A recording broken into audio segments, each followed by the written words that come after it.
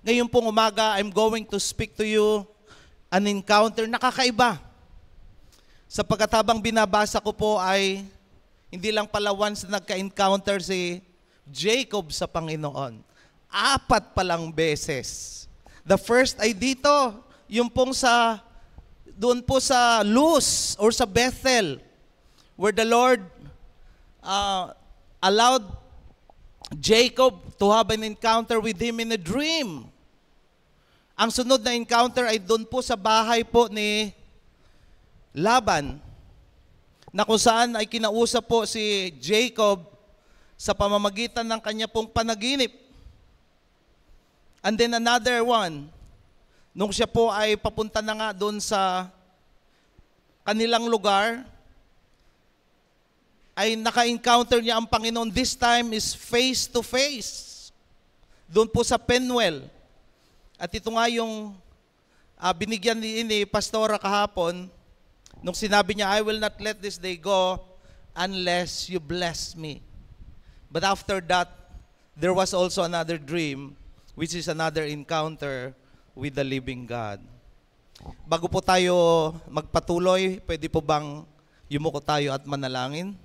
Father, we praise you and we thank you sa mga pagkakataon, sa mga privilege and opportunities na ibinibigay niyo po sa amin upang ikaw ay makilala, Panginoon. Hindi lamang po sa amin mga napapakinggan, hindi lamang sa aming nababasa, but by our own personal experience with you. Salamat po, Diyos, that you have given us the time to have an encounter with you, to know you more, and to grow deeper in love and relationship and intimacy with you. To be transformed by your presence, Lord. Tulungan niyo po kami, O Diyos, na lalo po kaming mauhaw, na lalo po kaming magutom, na lalo po kaming mag-yearn at mag-desire na ikaw ay makilala ka ng lubusan, Panginoon. And for today, Father, stir up our hearts, stir up our souls, stir up our spirits, na kami po ay patuloy na hanapin ang iyong pong presensya, Panginoon. And we are praying also, Lord, that you would reveal yourself to us, God, in a very special way na nais niyo po para sa amin. Sa pangalan ni Jesus. Amen. There are 3 things, topics na gusto ko pong talakayin, although may mga subtopics. Pero alam ko mabibless po kayo ngayong umaga sapagkat kasama natin ang Panginoon. Amen? Pwede ang palakpakan natin 7 beses ang ating Panginoon. At the count of 1, 2, 3, sabay-sabay tayo. 1, 2, 3. Amen. Dahil sumobra kayo, uulitin natin. Sinobrahan ninyo 7 lang. Okay? Ready? 1, 2, 3. Amen. Hallelujah. Okay? Nabasa po natin kanina about yung katotohanan na after na si Jacob ay nakuha niya po yung birthright and at the same time yung blessing ni Abraham, ni Isaac, ay nakita po natin na nagkaroon po ng pagkatakot, hindi lamang po si Jacob, kundi yung nanay niya. Sapagkat alam niya, pag namatay po si Isaac, na matanda na, ay papatayin po si Jacob. At ito po yung nagtulak para kay Jacob, matapos na siya po ay payuhan ng kanyang nanay na umalis, na hindi nagpapaalam sa kanyang tatay at sa kanyang kapatid na si Iso doon sa kanila pong lugar. And so what happens next is Jacob is running away from their homes. Makikita natin ito sa Genesis 27 verse 41 up to chapter 28 verse 1 to 5. At napakaraming. At hindi lang po ito yung unang beses na makikita natin na kahit ang mga anak ng Diyos, nagwa 100 meter dash. Maraming athlete dito. Di ba? Sa Bible, kung babasahin nyo, maraming mga mahilig, mga runner. Siguro dahil sa takot. At nakita nga, ang example dito si Moses. Nung nalaman niya na yung palang pagpatay niya sa isang Ehipsyo yung nakarating sa paraon, nagtakpo po siya sapagkat natakot po siya sa kanyang buhay. And then, nakita rin natin the nation of Israel. Pagkatapos na pinalaya po sila ng Panginoon doon sa Egypt, ay nagtakbo din doon sa kay Paraon at ang kanya pong mga sundalo na nakakarwahe. And then we can also see Elijah running away from Jezebel. Di ba? May kita natin 1 Kings chapter 19. And we can also see David fleeing away from Saul. Di ba? Hinahunting siya ni Saul. And then there was a time na dumating din na kahit po si David ay nagtakbo sapagkat natakot po siya doon sa kanyang anak na si Absalom. 2 Samuel chapter 15. At makikita din natin na si Joseph at si Mary ay lumayas din sa kanilang lugar at pumunta sa Egypt para takasan po si Herod, bagamat siya po ay nagdadalang tao sa atin pong Panginoong Jesus. Matthew chapter 2. And even the early Jewish Christians ay kailangan din pong nagpakalayo-layo dahil po sa pag-uusig na ginagawa during their times. At kasama po si Pablo doon sa mga nag-uusig. And even the Bible speak about a prophecy na darating po yung panahon. Sabi po sa Mark chapter 13, when you see the abomination that causes desolation standing where it does not belong, flee. Darating yung panahon, kahit po yung mga Hudyo ay kailangang magtakbo din sapagkat magkakaroon din po ng malaking problema sa bansang Israel. And we are seeing now the scene as it unfolds in Israel. Di ba nakikita na natin sa news? Hindi pa tapos pala ang giyera. Bagamat nagkaroon na ng ceasefire between Hamas and the Israelites, ay Houthi andun pa. At ang dami pa rin yung Hamas nagsilabasan. Nung pagkaroon ng release ng hostages, ang dami.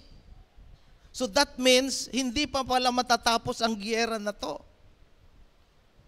Gayunpaman, nakita natin dito na nakakatuwa sapagkat yung knowledge about kung paano nagpaplano po si Esau na patayin si Jacob, ay hindi pala si Jacob ang nakaunang nakadiscover, it was the mother. Siya po yung si Rebecca. At si Rebecca ang nagsabi naman kay Jacob na kailangan yung lumayo para siya po ay makatakas. Kaya maraming alam pala yung mga nanay na hindi alam yung tatay at hindi alam yung anak. In this case, kasi si Rebecca, doon lang sa bahay, paikot-ikot lang, doing the household chores, ay maraming sikretong nalalaman na hindi alam ng tatay at hindi alam ng anak. Amen ba mga nanay? O walang nag-amen. But anyway, this is the situation here. Ngayon, napansin po ninyo na ang kanyang advice ay pumunta ka doon sa lugar ng kanyang kapatid na si uncle niya na si Laban at doon po maghanap ng asawa. Ang purpose naman talaga dito ay mailigtas ang buhay ni Jacob. Sapagkat doon sa lugar ng kanyang uncle Laban, ay doon po yung pinaka-safe na lugar. Kasi yun yung teritoryo mga kamag-anak po ni Rebecca. At ito yung mga bagay na kung saan ay nakikita po ni Rebecca na hindi na siya hahabulin po ni Esau. And he will be safe and secure doon po sa lugar ni Laban. Pangalawa was to look for a wife. Bakit po ganun po yung response ni Rebecca? Kasi yun din yung kanyang naranasan. Habang hinahanapan po ng asawa si Isaac, ang advice din po ni Abraham ay doon ka pumunta sa mga kamag-anak niya at doon maghanap ng asawa. Dahil doon siya nakaka-sure na parehas yung kanilang magiging outcome sapagkat alam niya yung mga kultura, most probably he is familiar with the culture and the traditions of these people. Ayaw niya doon siya sa mga Hittites dahil ito yung mga taong hindi po naniniwala sa Panginoong Diyos. Kaya mga kabataan, napakagandang makinig din sa mga magulang. Di ba? Minsan, nag-a-advise yung parents, bakit hindi na lang si yung ligawan mo o di kaya ay, di ba? Yung mga ganon. Sa ngayon kasi mahirap advice, ikaw kuno ka mag-asawa sa ida. Minsan ganon yung response But makikita po natin Abraham and Isaac, ganon yung kanila pong mga ginawa sa kanila pong mga anak. At anong nangyari? Napabuti ang kanila pong mga anak. Palakpakan po natin ang atin pong Panginoon. Sana, di ba? Sana, pakinggan ng mga bata, yung magulang, kahit sa choice of their loved ones, na kanila pong magiging partner sa kanila pong buhay.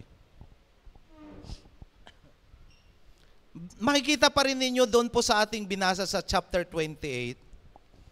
Di ba yung una, parang niloko lang si Abraham, si Isaac, ni Jacob para siya po'y i-bless. Nakipagkuntsaba po kay Rebecca na kanya pong nanay. But you will see in this chapter na this time, bago po umalis po si Jacob, tinawag siya mismo ni Isaac. At doon ay voluntary na na-blessed po si Jacob. Tinawag niya. At kaya nga lalong nanggigil po si Esau kasi nakakita niya. Pansinin po ninyo, pagkatapos po na nag-declare ng blessing po si Rebecca, ay tinawag po siya ni Isaac. Sabi po sa Genesis chapter 28 verse 1, So Isaac called Jacob and blessed him and charged him and said to him, You shall not take a wife from the daughters of Canaan. Arise, go to Padan Aram, to the house of Bethuel, your mother's father, and from there take to yourself a wife from the daughters of Laban and your mother's brother. Sa verse 3, May God Almighty bless you and make you fruitful and multiply you, that you may become a company of peoples. Verse 4, May He also give you the blessing of Abraham to you and to your descendants with you, that you may possess the land of your sojournings, which God gave to Abraham. Then Isaac sent Jacob away. Bago siya paalisin, sinigurado po ni Isaac na yung blessing ay mapupunta po kay Isaac. At so na-realize po siguro ni Isaac, nagkataon lang na yun ang mangyari sa kanyang buhay.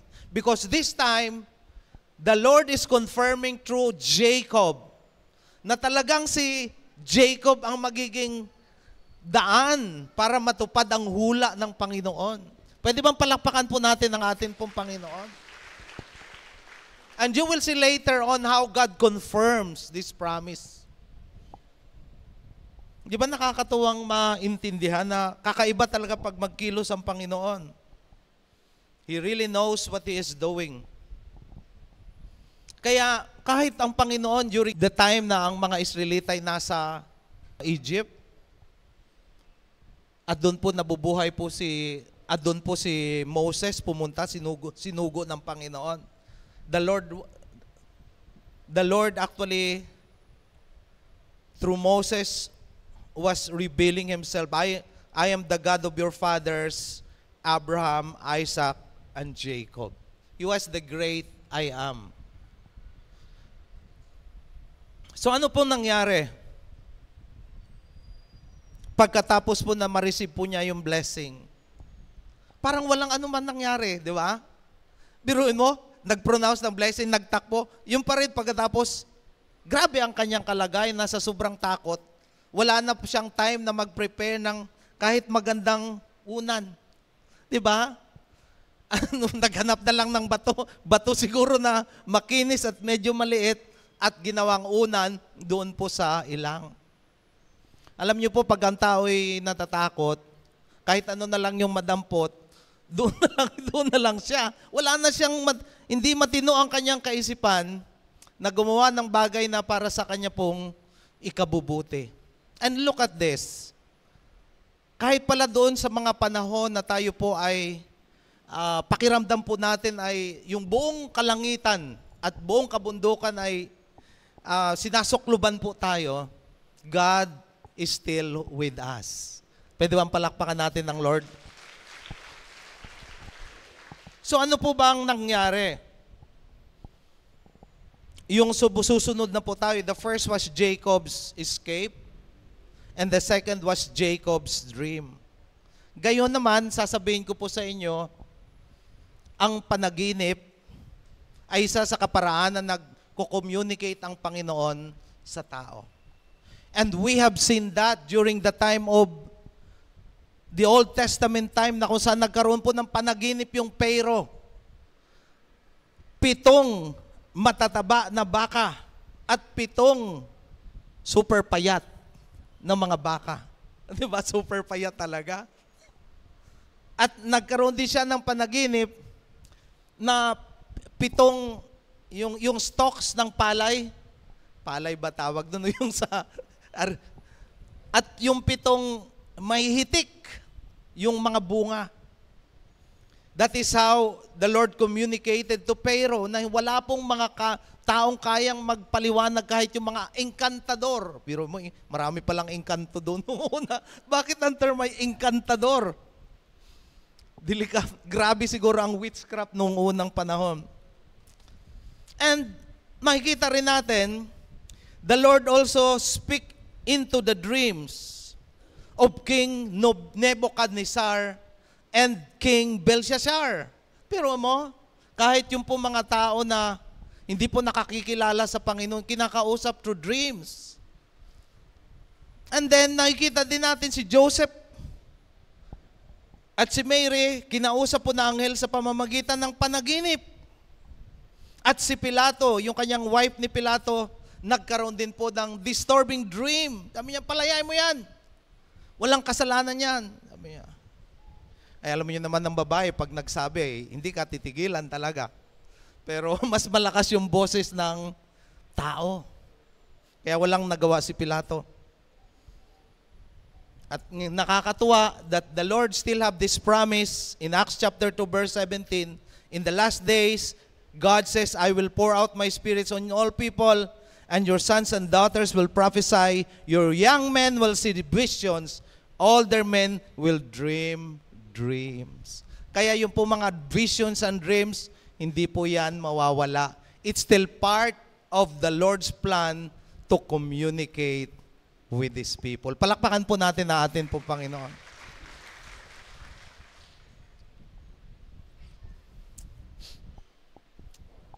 Hindi po ba kayo nagugulat na for Abraham, kinakausap po ni Lord si Abraham face to face?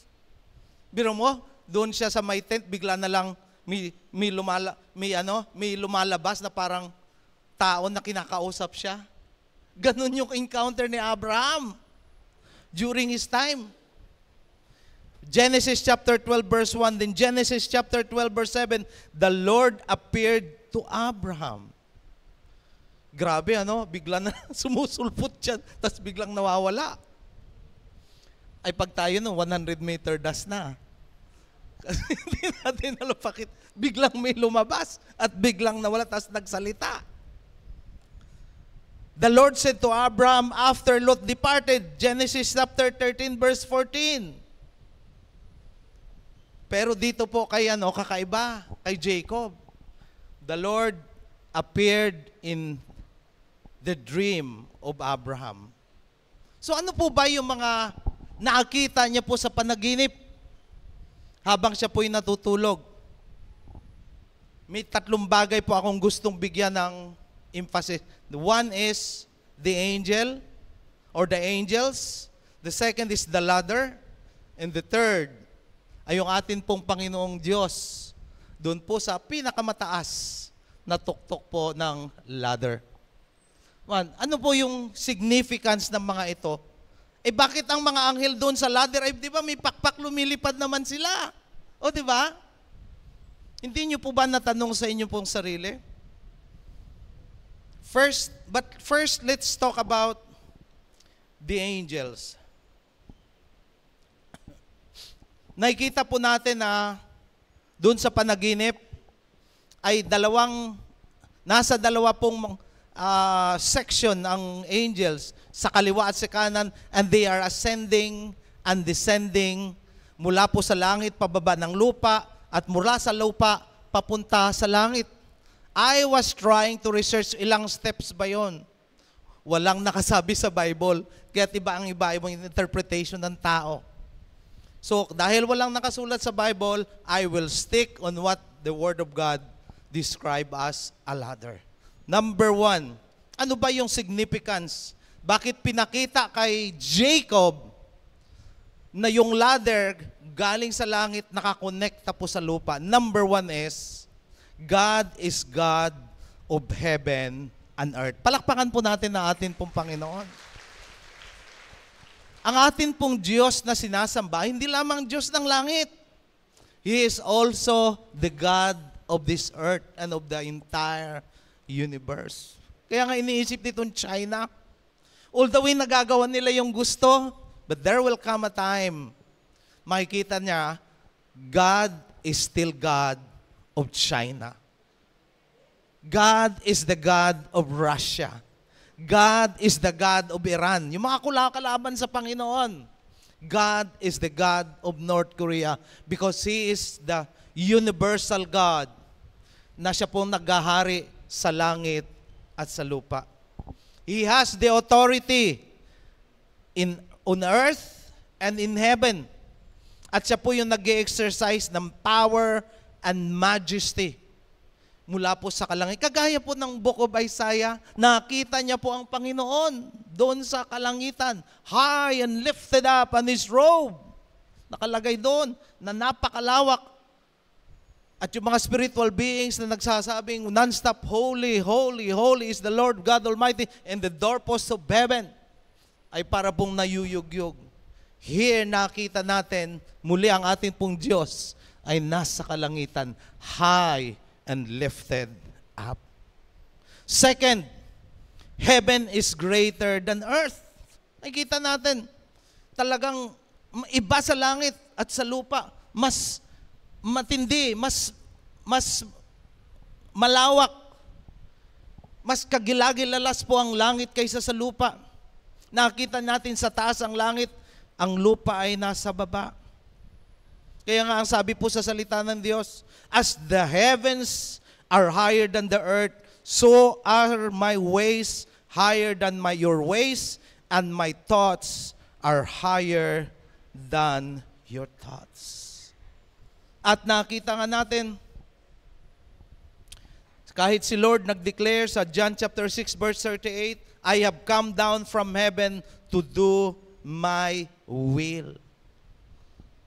Kaya napakatayog po ang langit at mas dakila ang kalangitan kaysa sa lupa. Kaya nga sinasabi po sa salita ng Diyos na itong lupa talagang pang temporary lang dito.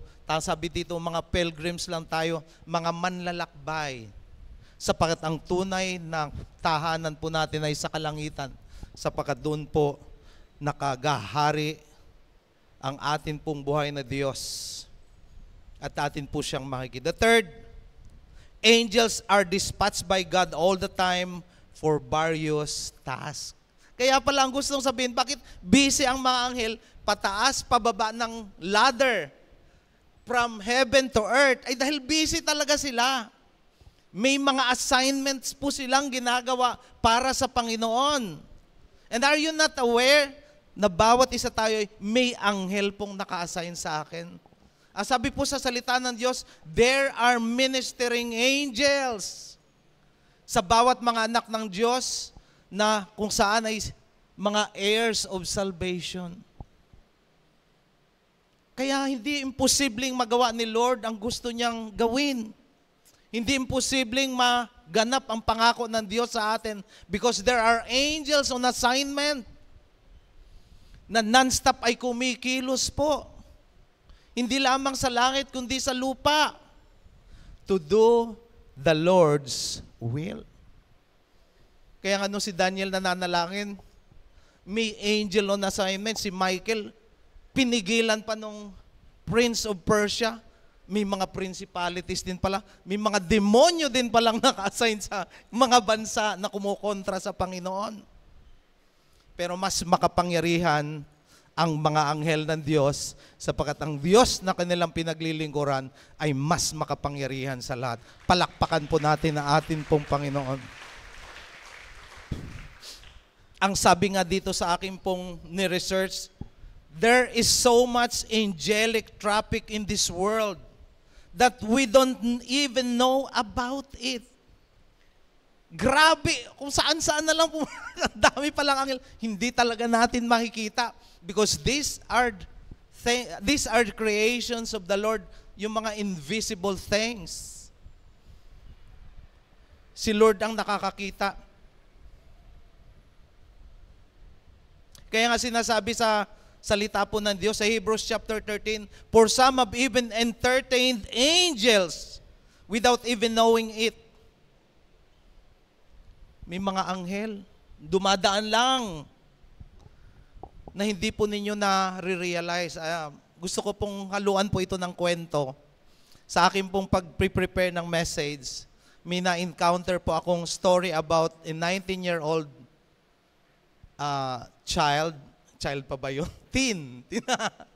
Doon po siya, pumunta siya sa airport. Hinihintay po niya yung kanyang kaibigan na siya yung may pera. Siya wala. Ay hindi pa dumarating yung kanyang kaibigan. Sabi niya, malapit nang mag-dinner, gutom na ako. Wala akong makain. Natatakot ako kasi 19-year-old sa international airport, matatakot ka talaga. Sabi niya, wala man lamang ako kausap, wala akong kasama, natatakot ako. Sabi niya, Lord, bigyan mo po ako ng kasama.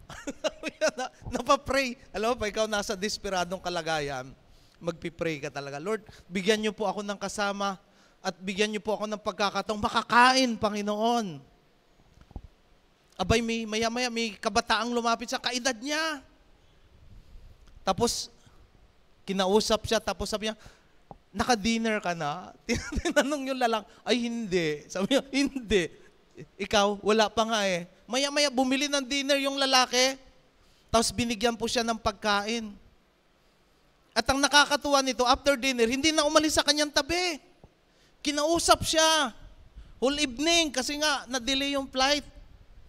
At pagka umaga, bumili uli ng breakfast, binigyan siya ng breakfast din.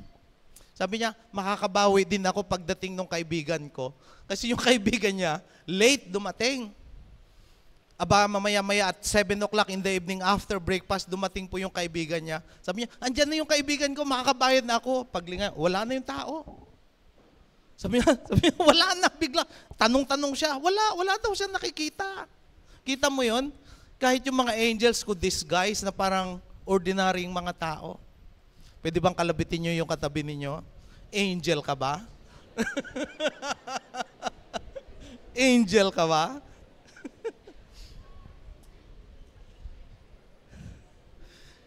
Kaya nga, we have to be very sensitive.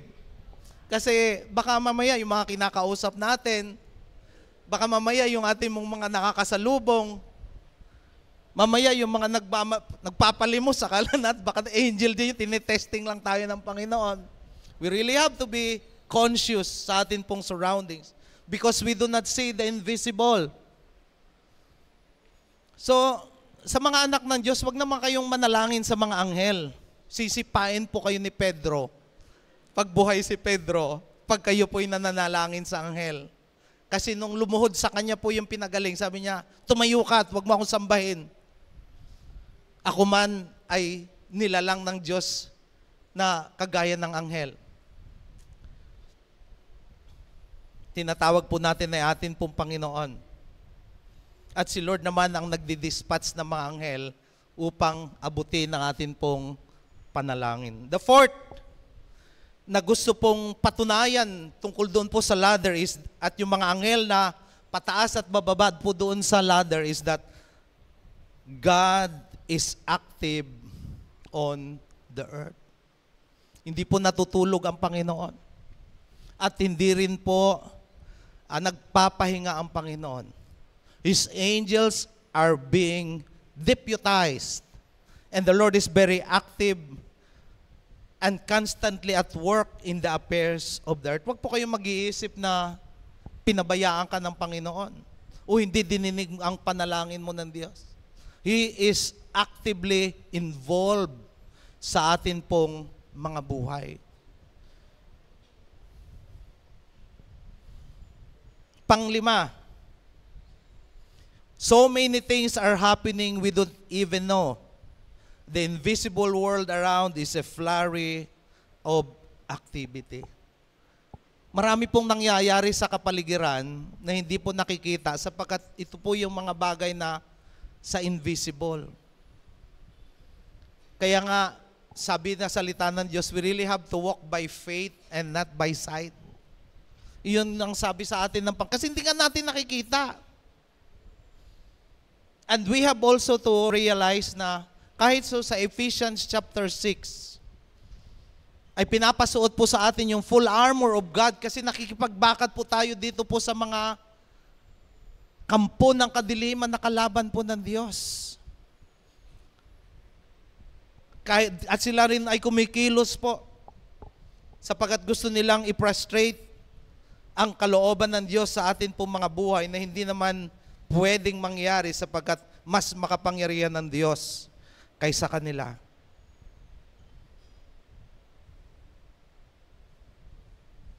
Kaya kung bubuksan lang siguro ng Panginoon yung ating mga mata, marami tayong makikita. Mga bagay-bagay sa mundo pong ito.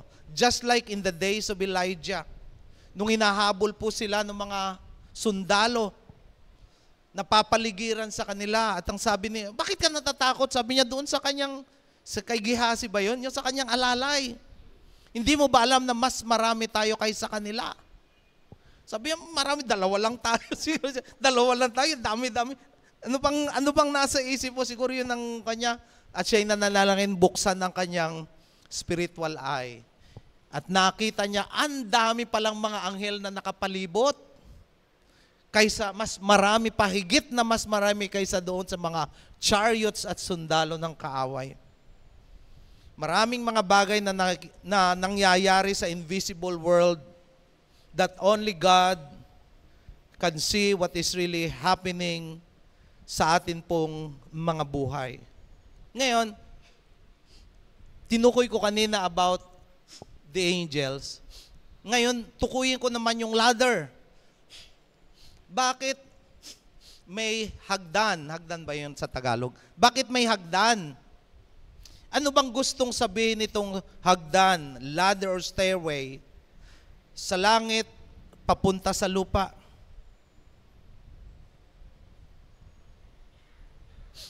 Nakita ko po yung tatlong katotohanan. First, na makikita yung, there is a ladder connecting heaven and earth. Na para bagang hindi naman napakalayo ng langit. Di ba gumagamit tayo ng hagdan?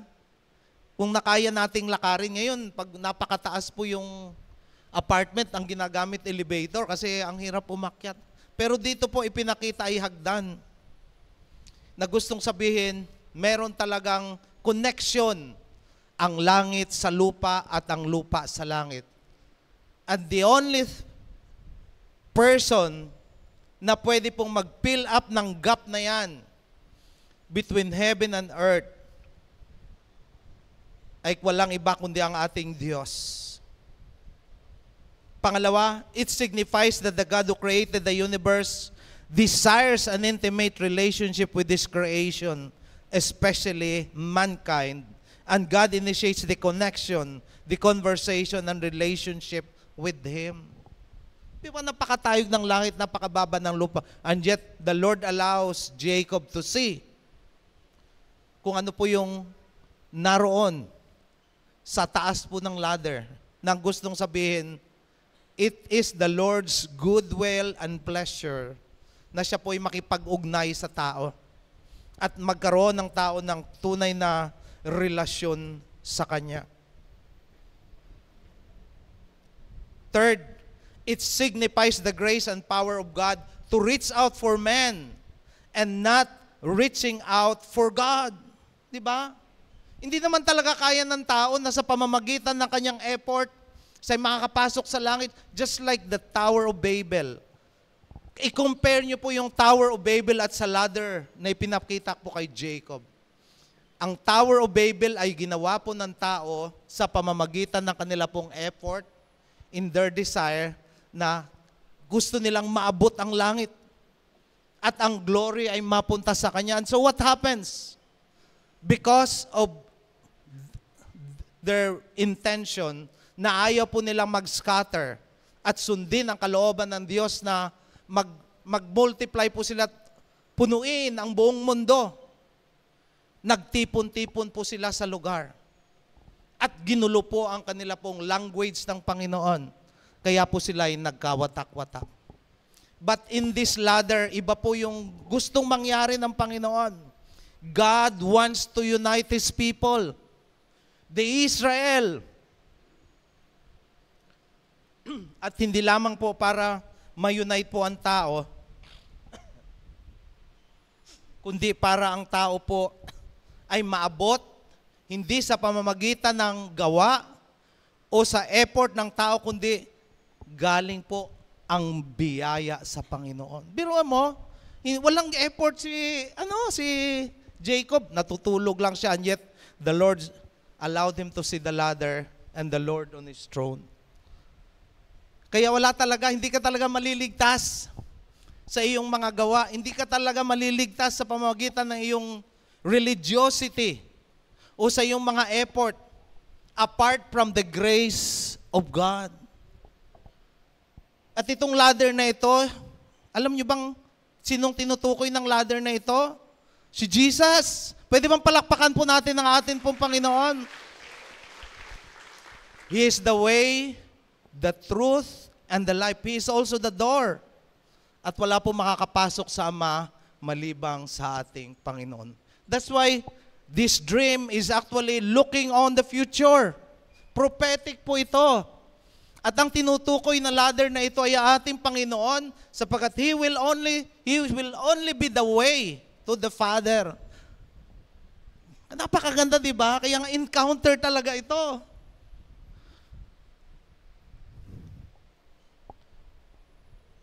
And it is only through Jesus where we can go to the Father in heaven.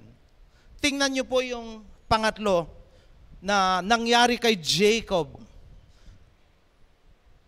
Pangatlo is Jacob making a vow to God. Genesis chapter 28, verse 16 to 22. Ano po ang nangyayari after the encounter? Ang una pong response is actually worship. Nag-worship po si Jacob. Sabi niya,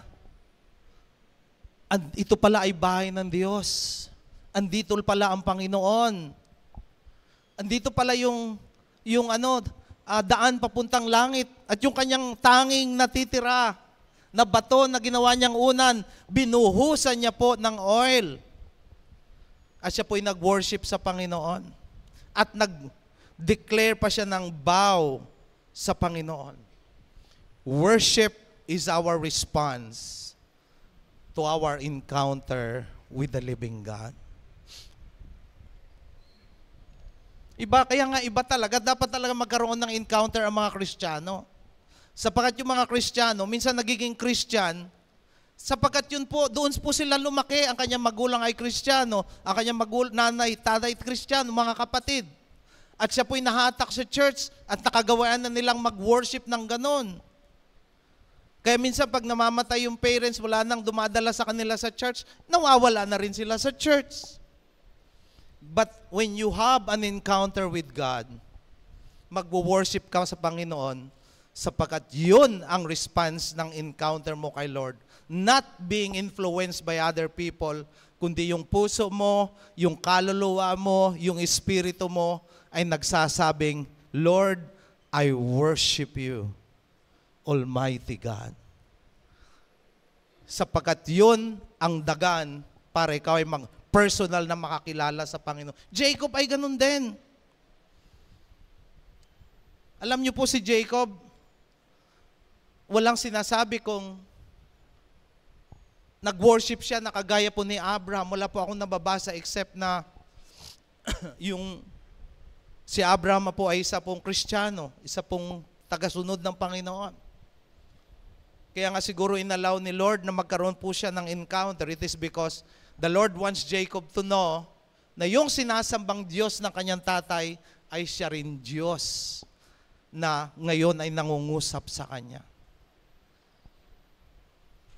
Noon sa kanyang encounter, the Lord again reiterated His declaration, His promise, na out of Him will come out yung mga tao na kung saan ay magkakaroon ng katuparan ng pangako ng Diyos.